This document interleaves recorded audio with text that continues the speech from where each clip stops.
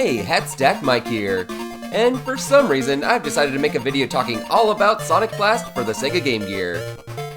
This is such a weird game.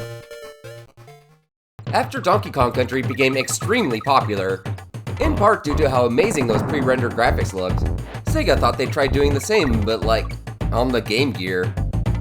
And the result was this visual abomination. Yeah, the very first thing you'll notice about Sonic Blast is just how ugly it looks.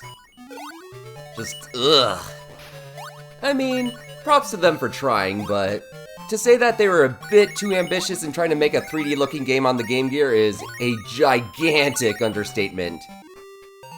You can play as either Sonic or Knuckles, who are both out to stop Dr. Eggman, so nothing new there. And they control kind of like they're supposed to. Along with these weird, chunky graphics, comes equally weird, chunky controls. Like, in general, I say you should always play a game first to see how it truly controls, but in this case, you can practically see how clunky it is to play. Sonic's jump is off, Knuckles' gliding is off, and the running doesn't really feel like running. The levels are your standard locations, like a grassy field, a desert, and volcano. Not really any standout zones, but whatever. This game is not great, but I have a lot of history with it, and somehow, some fond memories. I bought it as a little kid way back when it was new, because I just couldn't get enough Sonic on my old Game Gear. For what it's worth, I actually really like the name. I just think it sounds cool. Sonic Blast. I realize that it's just derivative of the name Sonic 3D Blast, which was also released around that same time frame, but I always thought that the simpler Sonic Blast just sounded a lot better. I've played through this game quite a few times over the years, and I don't really know why.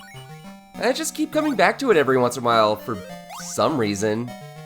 There's just something that keeps attracting me back to Sonic Blast, and I have no idea what it is. Well, I mean, I do know that it's not the quality of the game, at least. The music is one legitimately positive thing I should point out about this game. The soundtrack here is actually pretty good. It's not quite on the same level as the tunes from the 16-bit Sonic games, but I really like a lot of these tracks.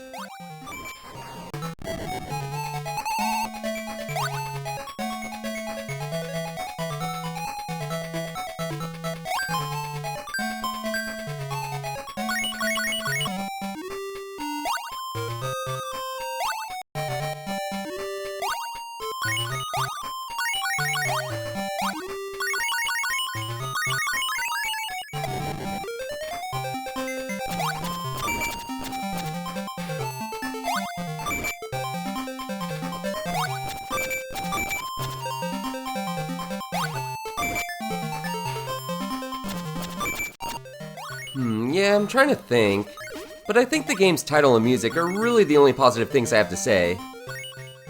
Also, if you hate water levels, Sonic Blast has the king of terrible water levels.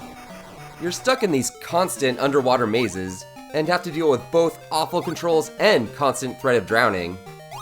What a shit show.